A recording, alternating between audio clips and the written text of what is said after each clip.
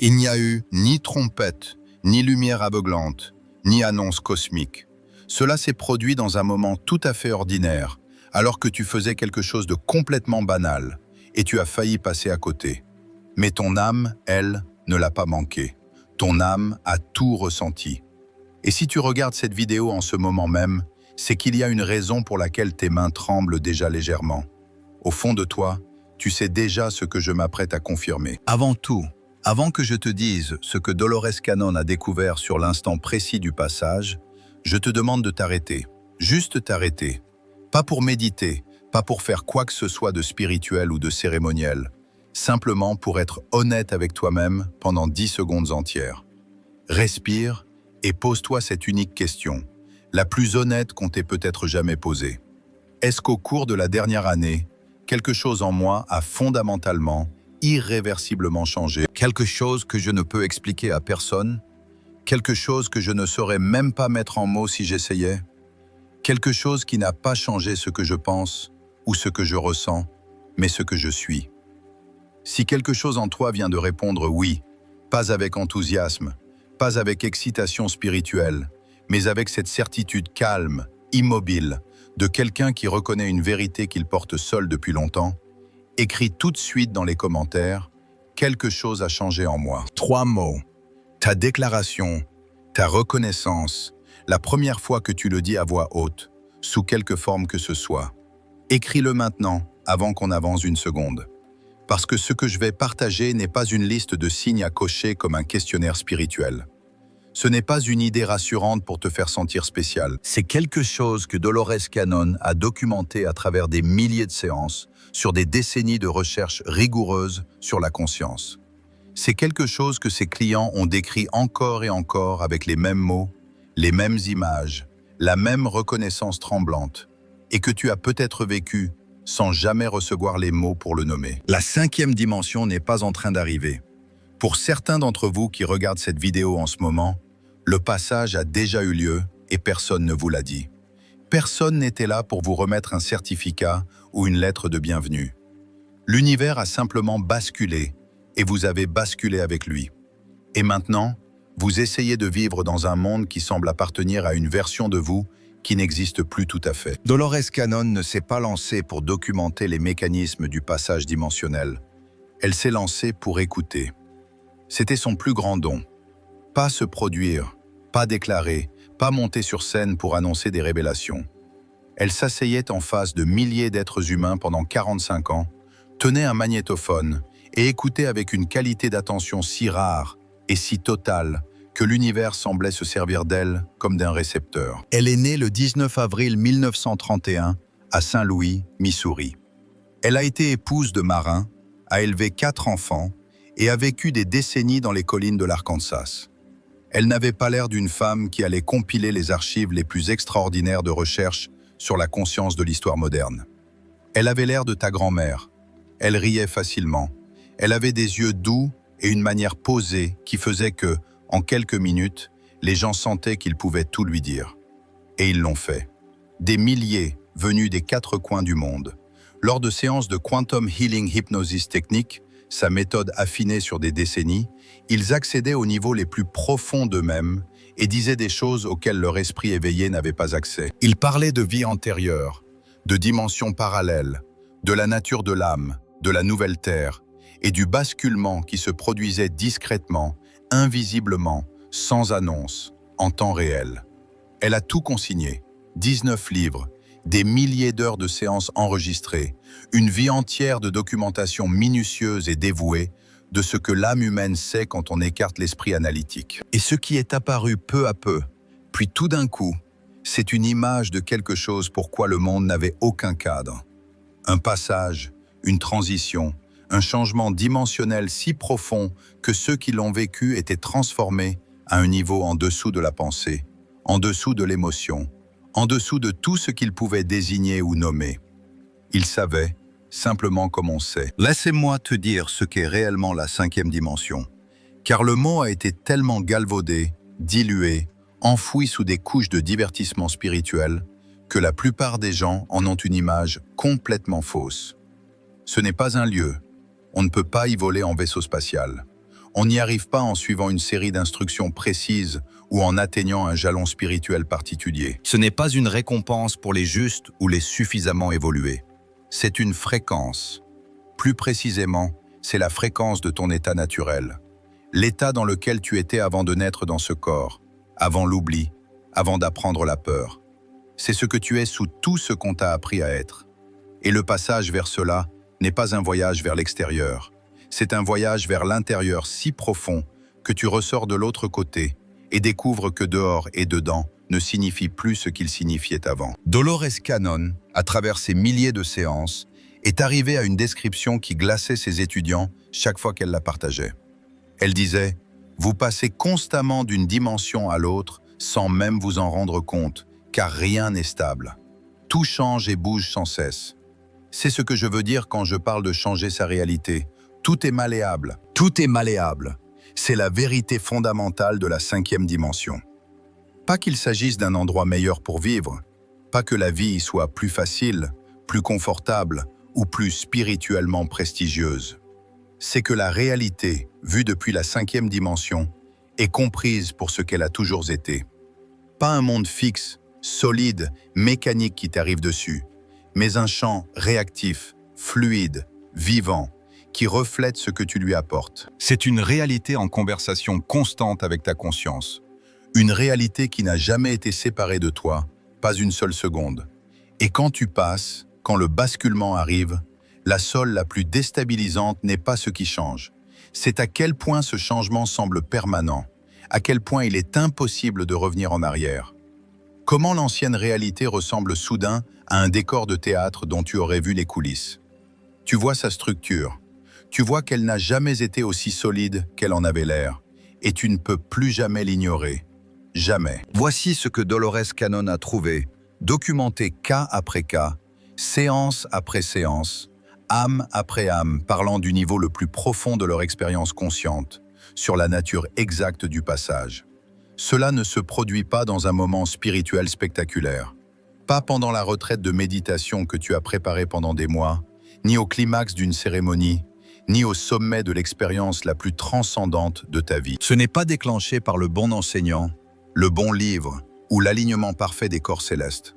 Cela arrive discrètement, presque toujours discrètement, souvent au milieu du moment le plus ordinaire imaginable. L'une des clientes de Dolores l'a décrit comme s'étant produit pendant qu'elle faisait la vaisselle. L'eau coulait, ses mains étaient dans l'eau, et quelque chose a basculé. Elle n'a pas pu dire quoi. La pièce avait l'air identique, son reflet dans la fenêtre était le même, mais quelque chose, à un niveau en dessous de la vue, en dessous du son, en dessous des sensations physiques, quelque chose s'était posé, comme une note qui cherchait son accord et rentrait enfin chez elle. Comme une porte qui avait été légèrement entr'ouverte toute sa vie et qui se refermait doucement, non pour l'enfermer, mais pour achever quelque chose, pour rendre l'espace entier. Elle est restée là, devant l'évier, ce qui lui a semblé une éternité. Elle ne pleurait pas, elle n'était pas euphorique, elle était simplement, complètement, indéniablement différente. Et elle le savait avec une certitude qui n'avait rien à voir avec la logique, rien à voir avec ce que son esprit pouvait vérifier. Elle n'était plus la même personne qui était entrée dans cette cuisine. Dolores disait que ce schéma revenait si constamment dans ses séances qu'elle avait fini par ne plus s'en étonner. Le passage était silencieux, le passage était ordinaire, le passage était si différent de ce que les gens attendaient que la plupart ne l'ont reconnu pour ce qu'il était que des mois plus tard, quand ils ont essayé d'expliquer à quelqu'un pourquoi il se sentait si différent et ont réalisé qu'ils n'avaient pas de mots pour le dire. Parce qu'aucune langue n'avait encore été inventée pour ce qu'ils étaient devenus. Maintenant, laisse-moi te dire précisément ce que Dolores a trouvé, documenté avec exactitude à travers des milliers de séances, sur ce qui se passe chez l'être humain qui a franchi le passage. Pas des signes que tu peux fabriquer, pas des signes que tu peux performer, mais des signes qui apparaissent simplement, sans invitation, dans la vie de quelqu'un dont la fréquence a fondamentalement changé. La première chose, c'est que ton rapport au temps se fracture complètement. Pas que le temps s'accélère comme on le dit parfois, mais quelque chose de bien plus radical. Le temps cesse d'être linéaire dans ton expérience. Le passé commence à ressembler à quelque chose qui est arrivé à quelqu'un que tu as connu autrefois. Pas oublié, tu te souviens de tout, mais distant d'une façon qui n'a pas à voir avec le passage du temps. C'est le passage du soi. La personne qui a vécu ces choses n'existe plus sous la forme qu'elle avait alors. Et le futur cesse d'être une source d'angoisse comme avant. Parce que quelque chose en toi a développé un sentiment inébranlable, indiscutable, que les choses se déroulent comme il faut. Pas confortablement, pas facilement, mais comme il faut. Il y a une différence, et tu la sens jusque dans tes os. La deuxième chose, c'est que ta tolérance pour l'irréel s'effondre. Pas seulement pour la malhonnêteté des autres, même si cela devient insupportable, mais pour ta propre performance.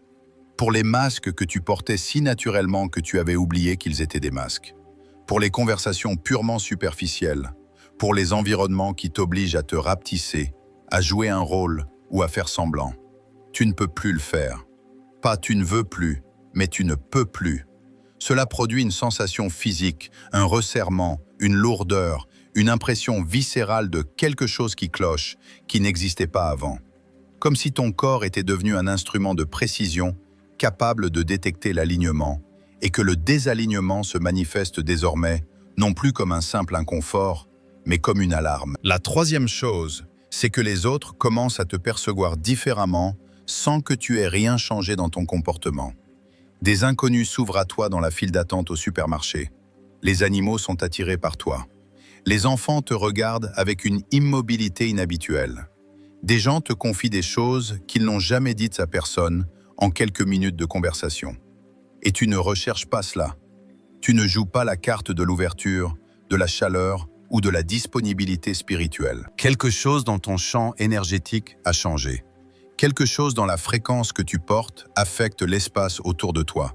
Exactement comme un diapason dans une pièce fait vibrer les autres diapasons qui sont accordés sur la même note. Tu es devenu une résonance et la réalité répond. La quatrième chose, c'est que tu ne peux plus faire semblant d'ignorer ce que tu sais. Ton intuition, qui était toujours là, mais que l'on pouvait contredire, que l'on pouvait étouffer par la logique, la pression sociale ou la peur, devient désormais indiscutable. Tu sais qu'une personne ment avant même que son visage ait fini de se composer autour du mensonge. Tu sais qu'une décision est mauvaise pour toi avec une clarté qui précède toute analyse. Tu sais quand quelqu'un souffre, même quand il joue la joie à la perfection. Tu ne peux plus ne pas savoir ces choses. Et le plus intéressant, ce n'est pas que cette connaissance soit devenue plus forte, c'est que tu as cessé de la combattre. Le passage ne t'a pas donné de nouveaux pouvoirs. Il t'a simplement empêché de bloquer ceux que tu avais toujours eus. La cinquième chose, c'est que ton corps commence à parler une langue que tu n'avais jamais appris à entendre. Dolores l'a documenté dans des centaines de séances. Le corps physique de la personne qui a franchi le passage commence à communiquer avec une urgence qu'il n'avait pas auparavant. Des impulsions alimentaires qui arrivent avec une insistance discrète, loin de la lourdeur, vers la légèreté, vers ce qui vibre. Dolores a noté dans plusieurs interviews que, d'après les séances de ses clients, le corps doit devenir plus léger pour s'installer pleinement dans la fréquence supérieure. Pas plus léger au sens des régimes à la mode, mais au sens littéral, porter moins de densité. Le corps le sait, et après le passage, il commence à te le dire. Et la chose remarquable, c'est que tu commences à l'écouter parce que, pour la première fois, tu peux l'entendre. La sixième chose, c'est que ton rapport à ce qui est possible subit une révolution permanente. Le plafond de ce que tu crois possible pour toi se soulève. Pas de façon naïve ou volontaire, mais de façon structurelle. Quelque part pendant le passage, l'architecture de ton système de croyances s'est reconstruite en silence. Et la nouvelle architecture n'a plus de place pour les anciennes limitations. Les choses que tu te répétais depuis des années comme impossibles pour toi, pas pour des gens comme toi, pas dans cette vie, commencent à ne plus seulement sembler possibles, mais déjà en mouvement. Pas parce que tes circonstances ont changé, mais parce que toi, tu as changé. Et depuis la fréquence de la 5e dimension, le rapport entre toi et la réalité est différent. Tu n'es plus en aval de la vie, tu es dedans, avec elle, partie du courant qui la façonne. Et la 7e chose, peut-être la plus unmistakable de toutes, c'est que tu développes ce qu'on ne peut décrire que comme un mal du pays pour quelque chose qui n'a pas d'adresse. Ce n'est pas la nostalgie d'un lieu, pas la nostalgie d'un moment passé, pas le manque d'une personne. C'est une douleur précise, douce, amère, pour un état d'être que tu as effleuré dans tes moments les plus lumineux. Dans une méditation profonde, devant certains couchers de soleil, dans la qualité particulière du silence après le chagrin, dans la plénitude absolue d'être vraiment vu par quelqu'un qui t'aime sans condition, tu sais maintenant que c'est ta nature véritable. Pas un état que tu visites, mais ce que tu es. Et ce mal du pays, c'est pour cela, pour l'expérience pleine et ininterrompue d'être complètement, définitivement toi-même, chez toi dans ta propre conscience. Dolores a prouvé cette description, presque mot pour mot, séance après séance, chez les âmes qui avaient franchi le passage. Je sais où je vais, je ne suis simplement pas encore complètement arrivé. Et cet entre-deux est la forme la plus belle de difficulté que j'ai jamais connue. Dolores Cannon a décrit un moment dans ses recherches, pas une séance unique, mais une convergence de séances étalées sur plusieurs années qui a fondamentalement modifié ce qu'elle pensait documenter. Elle travaillait comme elle l'avait toujours fait, avec minutie et sans agenda. Elle ne cherchait pas un schéma sur le passage dimensionnel. Elle enregistrait simplement ce que le subconscient de ses clients, cet aspect immense et omniscient du soi, communiquait. Et puis, peu à peu, elle s'est rendue compte que des dizaines de clients, des gens qui ne s'étaient jamais rencontrés, qui vivaient dans des pays différents, qui étaient venus la voir pour des raisons totalement distinctes, décrivaient exactement la même expérience. Pas quelque chose de similaire, exactement la même, avec des détails si précis, si cohérents, si impossibles à avoir coordonnés ou inventés, qu'elle a passé des mois à croiser les références avant de se permettre de conclure ce vers quoi tout pointait. Il décrivait le moment du passage comme une sorte d'adoucissement. Pas une rupture, pas une ouverture, pas une explosion de lumière, mais un adoucissement, comme si quelque chose qui avait été tenu rigide en eux pendant des années, pas un muscle, pas une structure physique, mais quelque chose de plus profond, avait enfin, un jour qui ressemblait à tous les autres, lâché prise, cessé de résister. Et de l'autre côté de ce lâcher-prise, il n'y avait pas le vide, pas la perte, pas les feux d'artifice spirituels spectaculaires qu'ils attendaient. C'était, comme l'a décrit une cliente d'une façon que Dolores disait ne jamais oublier, comme enfin expirer un souffle que j'avais retenu toute ma vie sans savoir que je le retenais. C'est ce que ressent le passage. Pas une arrivée, mais une expiration. La fin d'une tension à laquelle tu étais si habitué que tu ne la remarquais plus. Et dans l'absence de cette tension, dans l'espace créé par ce lâcher-prise définitif, quelque chose d'énorme, de silencieux et de permanent s'installe. Et c'est la maison. C'est la 5e dimension. Pas un endroit où l'on va, mais une façon d'être à laquelle on revient quand on cesse de se combattre soi-même. Laissez-moi te dire pourquoi tu es si épuisé. Pas l'épuisement de surface que le sommeil peut réparer, mais l'autre, celui qui est toujours là au réveil.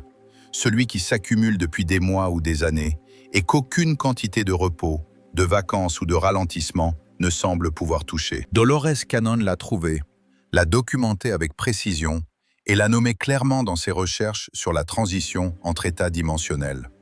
Elle l'appelait le symptôme le plus constant chez ceux qui avaient franchi le passage, mais ne l'avaient pas encore pleinement intégré, ceux qui vivaient simultanément dans 2 réalités. Parce que c'est exactement ce qui se passe pendant la transition. Tu as franchi, ta fréquence a changé, ton âme est déjà dans la 5e dimension, mais tes structures humaines n'ont pas encore rattrapé le mouvement. Tes schémas de pensée habituels, tes vieilles histoires sur qui tu es et ce qui est possible, les relations, les environnements et les façons d'être construits pour la version de toi d'avant le basculement, tu portes tout cela dans une fréquence où ça ne colle plus. Et l'effort de porter tout cela est écrasant. Dolores disait « Les personnes en transition chevauchent 2 mondes, et rien n'est plus épuisant que d'avoir un pied dans chaque réalité, parce que chaque réalité a sa propre gravité, et les 2 tirent en sens opposé. C'est pour cela que certains jours tu as l'impression de te déplacer dans une matière épaisse, que l'air oppose une résistance qu'il n'avait pas avant, que des tâches simples deviennent inexplicablement difficiles. C'est comme si tu essayais de parler une langue que tout le monde autour de toi comprend parfaitement, mais que ta bouche produit sans cesse des sons venus d'une autre langue. Pas des sons faux, juste des sons venus d'un endroit plus avancé, un endroit que tout le monde n'entend pas encore. Ce n'est pas une régression, ce n'est pas un échec. C'est l'inconfort précis et temporaire de devenir, de porter la fréquence du nouveau, tout en étant encore enfermé dans les structures de l'ancien. Ça ne restera pas comme ça éternellement. Les structures finiront par rattraper. Elles le font toujours. Mais en attendant, dans cet entre-deux exact, excruciating et magnifique, tu as besoin de savoir ce que c'est. Tu as besoin de savoir que ton épuisement n'est pas le signe que quelque chose va mal. C'est la preuve la plus certaine que le passage a eu lieu. Dans les dernières années de ses recherches, Dolores Cannon a fait une déclaration que ses étudiants ont trouvée si frappante qu'ils l'ont consignée de plusieurs sources pour être sûrs de la voir exactement. Elle a dit « Ceux qui feront le passage ne sont pas ceux qui savent le plus. Ils ne sont pas les plus instruits spirituellement, ni les plus disciplinés, ni les plus évolués selon n'importe quelle mesure extérieure. Ce sont ceux qui ne supportent plus le mensonge. Ce sont ceux dont l'âme est devenue si insistante sur la vérité que faire semblant n'est plus physiquement possible pour eux. » Réfléchis à ce que cela signifie. Le passage ne demande pas d'accomplissement. Il ne demande pas d'atteindre un certain niveau de développement spirituel, d'accumuler les bonnes connaissances, de dire les bonnes choses ou de croire les bonnes croyances. Cela requiert un niveau d'honnêteté si total, si fondamental, si ancré dans les os.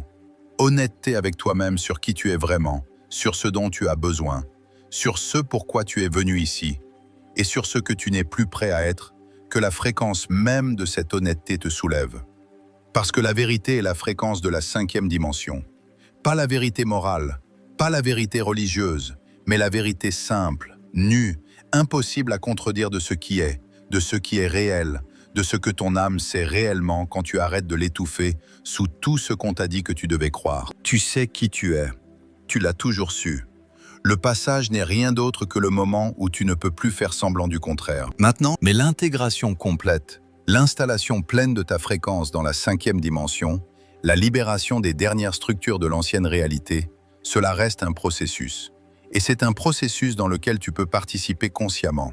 Tu n'es pas un simple récepteur passif de ce basculement. Tu es co-créateur de son achèvement. Dolores a constaté, à travers toutes ses recherches, que les âmes qui intégraient le plus complètement et le plus gracieusement partageaient une pratique commune. Pas une pratique compliquée, pas une qui exige du matériel spécial, un horaire précis ou une quelconque accréditation ou permission de qui que ce soit, mais une pratique de communion simple, quotidienne et répétée avec ce qu'elles étaient réellement. Première étape, la vérité du matin. Avant de te produire pour le monde, avant d'enfiler le visage, la voix, l'armure de ton moi social, offre-toi 5 minutes d'honnêteté complète.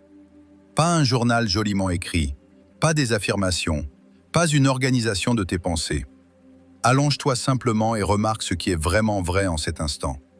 Pas ce qui devrait être vrai, pas ce que tu voudrais qu'il soit vrai, mais ce qui est vrai. Comment te sens-tu réellement? De quoi as-tu réellement besoin?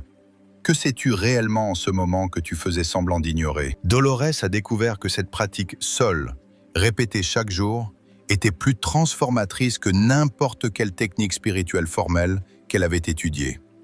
Non pas à cause de ce qu'elle produit, mais à cause de ce qu'elle élimine.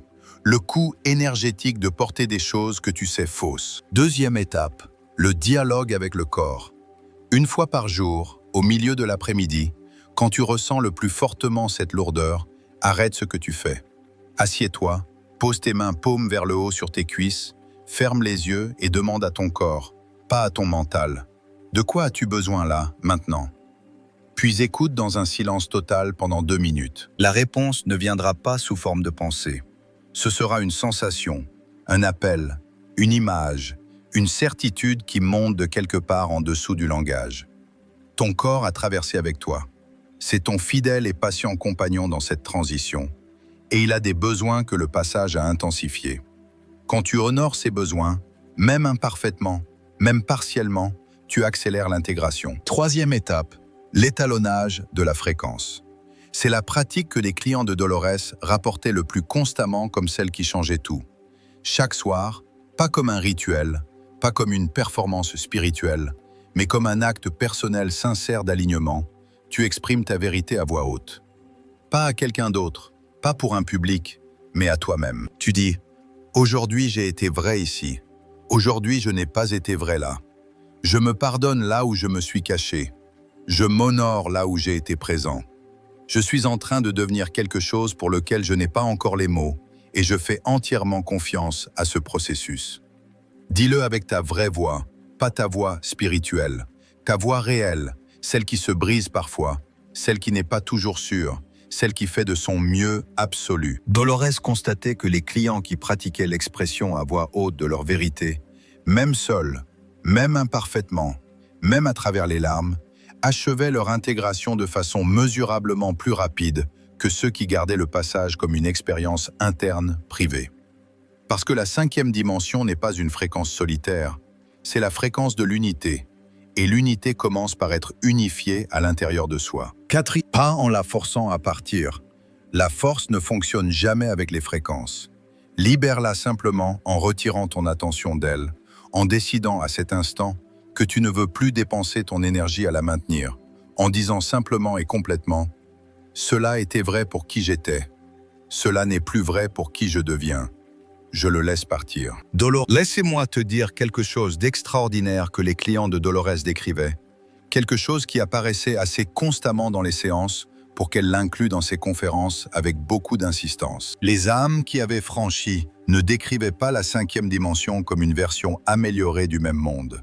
Elles la décrivaient comme une façon complètement différente de vivre ce qui semblait être le même monde.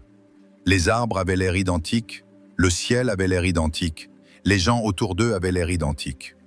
Mais quelque chose dans la texture de la réalité avait changé d'une manière qu'ils peinaient à exprimer, et pourtant ils continuaient d'essayer, parce qu'il leur semblait important que quelqu'un d'autre comprenne. Une cliente, parlant depuis son subconscient en séance profonde, l'a formulé ainsi.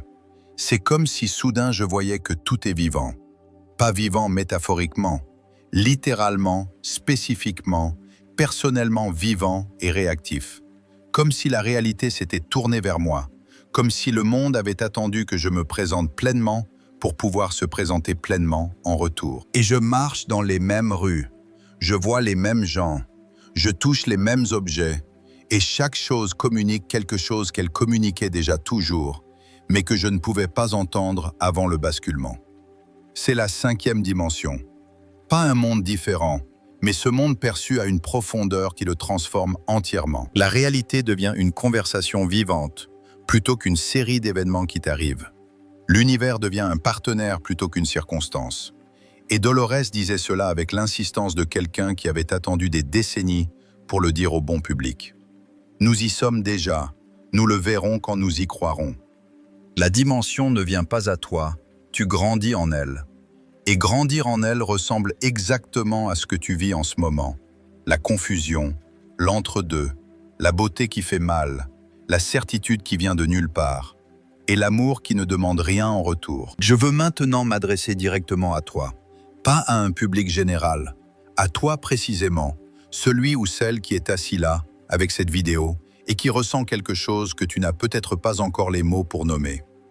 À toi qui marches dans ta vie depuis des mois, en te sentant fondamentalement, inexplicablement changé, sans savoir comment l'expliquer aux gens autour de toi, et sans même vouloir essayer parce que tu sais déjà qu'ils n'ont pas le langage pour ce que tu vis. À toi qui as ressenti cette solitude si particulière de quelqu'un qui est entré dans un nouveau pays et qui n'est pas encore fluent dans la langue, pendant que tout le monde autour continue de parler l'ancienne avec une aisance parfaite. À toi qui as eu des moments d'une clarté à couper le souffle, d'une paix inexplicable, d'un amour soudain et écrasant pour absolument tout, puis qui a vu ces moments s'estomper et qui a passé du temps ensuite à te demander si tu les avais imaginés et à te sentir discrètement dévasté par ce doute. Tu ne les as pas imaginés. On ne peut pas imaginer quelque chose qui est ta nature réelle. Ces moments n'étaient pas des visites. C'était ta vraie fréquence qui perçait les dernières couches de l'ancienne structure. C'était des avant-goûts, non pas d'un endroit où tu vas, mais de ce que tu es déjà quand rien ne le bloque plus. Tu as franchi, peut-être dans le silence, peut-être dans un moment ordinaire, pendant que le monde faisait des choses ordinaires autour de toi. Peut-être si discrètement que c'est passé avant que tu puisses le saisir, et tu ne sais que c'est arrivé que parce que tout après ce moment a été subtilement, définitivement, irréversiblement différent. Ce passage était réel. C'était la chose la plus réelle qui te soit jamais arrivée. Et chaque moment de confusion depuis, chaque moment d'entre-deux, chaque moment où tu portes encore l'ancien poids, tout en étant déjà la nouvelle fréquence. Tout cela fait partie du même événement.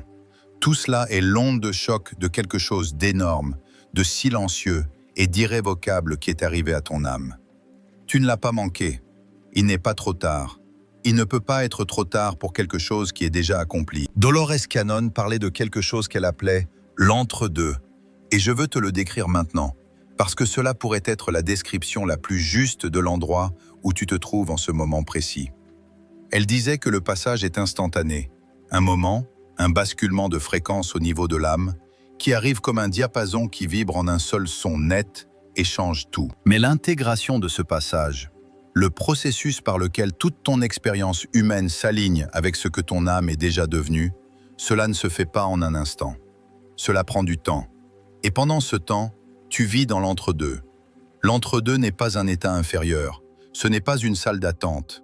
C'est la phase la plus active, la plus créative, la plus génératrice de tout le processus. C'est la phase où tu construis littéralement le nouveau. Pas en attendant que le nouveau arrive, en le construisant. Chaque choix que tu fais depuis ta nouvelle fréquence, chaque relation dans laquelle tu es honnête, chaque moment où tu choisis la présence plutôt que la performance, chaque fois que tu libères quelque chose qui appartient à l'ancienne fréquence, chaque acte d'amour authentique et sans contrôle, chaque déclaration de ce qui est vraiment vrai pour toi, tout cela est matériau de construction. Tout cela fait que la 5e dimension devient plus pleinement réelle dans ton expérience, un moment d'alignement à la fois. Dolores disait que ceux qui sont dans l'entre-deux croient parfois qu'ils ont stagné. Ils pensent que le basculement s'est arrêté. Mais du point de vue de l'âme, il n'y a pas de stagnation. Il n'y a que construction. Chaque instant où tu es humain dans cette transition contribue à l'architecture de la nouvelle réalité. Rien n'est gaspillé, pas même un souffle. Et maintenant, je dois dire la chose vers laquelle toute cette vidéo tendait. La chose que, si tu as écouté avec la partie de toi qui sait déjà, tu as senti venir depuis le début. Tu n'es pas tombé sur cette vidéo par hasard. Tu y as été conduit par quelque chose de si intriqué, de si précis, de si dévoué à ton cheminement particulier, que l'appeler un algorithme ou un moteur de recommandation serait comme appeler l'océan un simple élément décoratif. L'univers travaille à travers tous les canaux disponibles. Ce soir, il a travaillé à travers celui-ci. Pense à la séquence exacte d'événements qui t'a amené ici. Pas de façon abstraite, mais concrètement. La pensée que tu as eue avant de prendre ton téléphone, l'autre chose que tu as failli regarder à la place, l'hésitation d'un instant avant d'appuyer sur play, le moment où tu as failli arrêter de regarder et où tu ne l'as pas fait. Chacun de ces micro-moments était un point de choix. Et à chaque fois, quelque chose en toi, la partie qui a franchi, la partie qui sait déjà, la partie qui te guide avec une insistance croissante vers tout ce qui est réellement vrai, a choisi ceci. Dolores Cannon a passé sa vie à documenter ce qu'elle appelait l'architecture invisible du parcours d'une âme. La façon dont les synchronicités ne sont pas des accidents, mais la surface visible d'une structure immense et totalement intentionnelle qui opère en dessous de la perception ordinaire. Elle disait « Il n'y a pas de coïncidence. J'ai vu les preuves de cela à travers tant de milliers de séances que le mot « coïncidence » n'est plus un concept que je peux utiliser honnêtement. Tout est orchestré, tout est relié, tout au niveau de l'âme est complètement intentionnel. Ce moment est complètement intentionnel. Tu es ici parce que tu avais besoin d'entendre que le passage était réel, que ce qui t'est arrivé dans ce moment ordinaire, celui qui est passé si discrètement que tu n'étais pas sûr d'avoir le droit de l'appeler sacré, était l'événement le plus significatif de ta vie spirituelle. La confusion, l'épuisement et l'entre-deux ne sont pas des signes que tu as raté le basculement. Ils sont la signature précise de quelqu'un qui a déjà basculé et qui accomplit maintenant le travail extraordinaire de faire monter le reste de sa vie à la fréquence qu'il est déjà devenu. Laissez-moi te dire le plus simplement et directement possible la chose la plus importante que Dolores Cannon nous a laissée.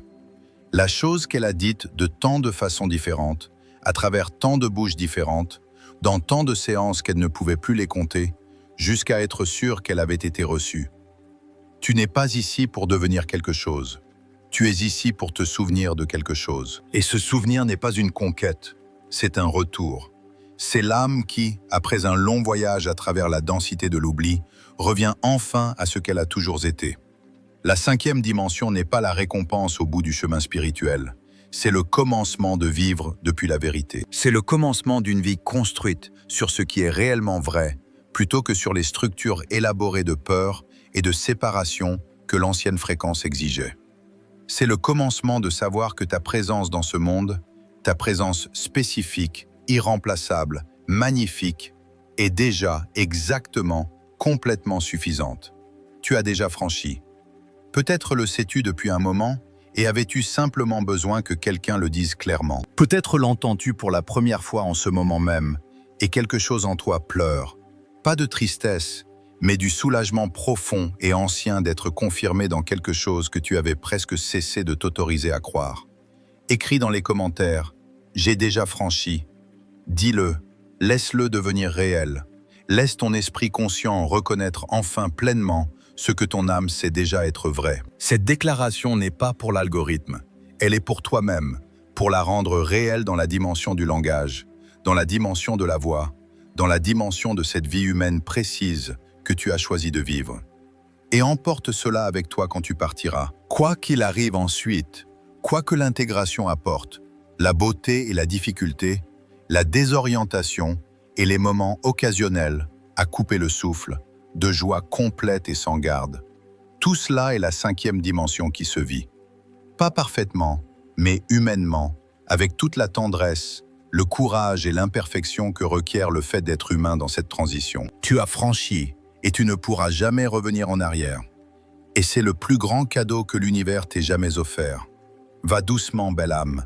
Tu es déjà chez toi. Tu es déjà exactement là où tu allais toujours. Et tout, absolument tout, se déroule précisément comme cela devait toujours se dérouler. Pour celui ou celle qui a failli faire défiler et qui ne l'a pas fait, l'univers sait pourquoi.